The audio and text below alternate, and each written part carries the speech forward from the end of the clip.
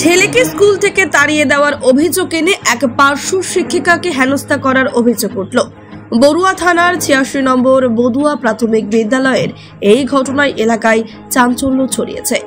শুক্রবার এ নিয়ে ওই শিক্ষিকা শারজিনা খাতুন পুলিশের অভিযোগ করেছেন। বড়ুয়া থানার পুলিশ জানিয়েছে, গোটা বিষয়টি তদন্ত করে ব্যবস্থা নেওয়া হবে। স্কুল সূত্রে জানা গিয়েছে, বৃহস্পতিবার সকাল 11:30 নাগাদ হঠাৎ করে এক শিশুর বাবা স্কুলে এসে ঝামেলা জুড়ে দেন। তিনি পার্শ্ব শিক্ষিকা শারজিনা বেগমের সঙ্গে চরম বাক বিনিময় করতে থাকেন, এমনকি ওই শিক্ষিকাকে মারতেও উদ্যত হয়, এমনটাই অভিযোগ করে ওই শিক্ষিকা। ওই ছাত্রটি স্কুলের প্রাথমিক ক্লাসে পড়াশোনা করে। শিক্ষিকা বলেন, এদিন ওই ছাত্রের বাবাকে স্কুলে ডেকে পাঠিয়েছিলাম, সে ভালো করে পড়াশোনা করছে না বলে। কিন্তু ছাত্রের অভিভাবক ভুটার শেখ কিছু না শুনেই আমাকে গালমন্দ করতে থাকেন। তিনি পরে আমাকে দেখে নেওয়ার হুমকিও দিতে থাকেন, আমাকে মারধর করার মতো, এমনকি কাপড় ধরেও টানাটানি করে, এমনটাই অভিযোগ করেন ওই শিক্ষিকা। যদিও অভিভাবক ভুটার শেখ বলেন, প্রায় 1 মাস ধরে আমার ছেলেকে স্কুল থেকে মারধর করে তাড়িয়ে দিচ্ছিলেন ওই পার্শ্ব শিক্ষিকা। এদিন আমাকে ডেকে পাঠানো হয়েছিল, তাই শিক্ষিকার কাছে এমন হওয়ার কারণ জানতে চেয়েছিলাম। কিন্তু শিক্ষিকা চিৎকার করে আমার দিকে তেড়ে ফুরে আসেন, আমাকে তুই তুকারি করে স্কুল থেকে বের করে দেন, এমনকি ওনার স্বামীকে ফোন করে স্কুলে ডাকেন। ওনার স্বামী স্কুলে পৌঁছে আমাকে হুমকি দিতে থাকেন। আমি চাই এই স্কুলের নিয়ম শৃঙ্খলা মেনে পড়াশোনা হোক। এ বিষয়ে স্কুলের প্রধান শিক্ষক আইনাল হোসেন বলেন, একটি বাচ্চা পড়াশোনা করছিল না বলে ওনার অভিভাবককে স্কুলে ডেকে পাঠিয়েছিলেন ওই পার্শ্ব শিক্ষিকা। শিশু পড়ুয়াকে মারধরও করা হয়নি, কিন্তু অভিভাবক স্কুলে পৌঁছে ঝামেলা জুড়ে দেন, শিক্ষিকার সঙ্গে অভব্য আচরণ করেন, বিচ্ছিরি ভাষায় গালমন্দ করতে থাকেন, এমনকি হুমকি দিতে থাকেন, কিভাবে স্কুলে আসে দেখে নেব, স্কুলে ঢুকতে দেব না। প্রধান শিক্ষক আইনুল হক বলেন, আমাদের বিদ্যালয়ের সমস্ত শিক্ষক শিক্ষিকারা আমরা নিরাপত্তাহীনতায় ভুগছি বলে অভিযোগ করেন প্রধান শিক্ষক। বিষয়টি পুলিশে জানানো হয়েছে।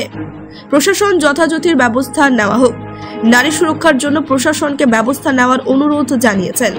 কেবল ভর্তি হয়েছে, এবার তার পরিপ্রেক্ষিতে ছেলেটাকে 1 মাস ধরে স্কুল থেকে বিতাড়িত করে। স্কুল ছেলে আমার বাড়ি আসে, এসে দেয়ালে মাথা ঠুকেছে, আমাকে স্কুল থেকে তাড়িয়ে দিচ্ছে। এবার তারপরে কয়েকবার কমপ্লেন দেওয়ার পর আমি যাইনি। তারপরে মাসখানি পরে আজকে এসেছিলো, দিয়ে আজকে এসে আমার ছেলেটা বলে যে এরকম ব্যাপার, আব্বা তোমাকে ডেকেছে। আমি গেলাম, যাওয়ার পর মাস্টারকে বললাম, আচ্ছা কী হয়েছে বলুন তো ছেলেটা। তো বললে ছেলেটা কিছু হয়নি, ছেলেটা বলে স্কুলে পড়াশোনা কম করেছে বা পড়া হয়নি, তো মেরেছেন, তা ঠিক আছে।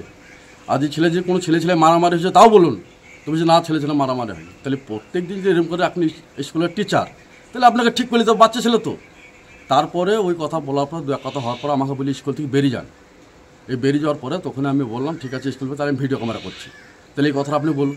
স্কুল যদি আপনি বেরিয়ে যেতে বলেন আমাকে, যে এই পর্যন্ত ব্যাপার। দিয়ে তারপর ওর স্বামী আসছে, স্বামীকে ফোন করে, ওর স্বামী এসে আমাকে হুমকি দিয়ে বলে যা পাশ থেকে করিলে, এই পর্যন্ত ব্যাপার।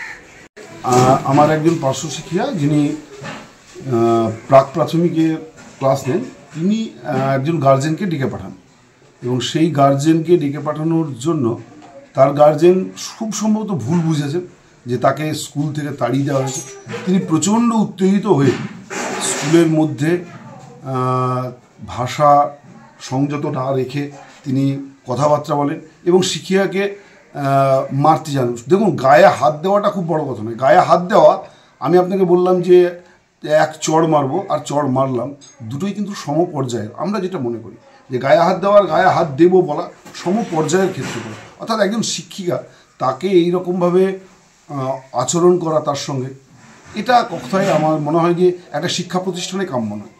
আমরা এর বিরুদ্ধে, কারণ আমি যেহেতু প্রধান শিক্ষক হিসেবে এটা মনে করি যে এই বিদ্যালয়ের প্রতিটা শিক্ষকের রেসপন্সিবিলিটি, দায় এবং দায়িত্ব আমার, তাই তাকে প্রোটেকশন দেওয়ার দায় এবং দায়িত্ব আমার।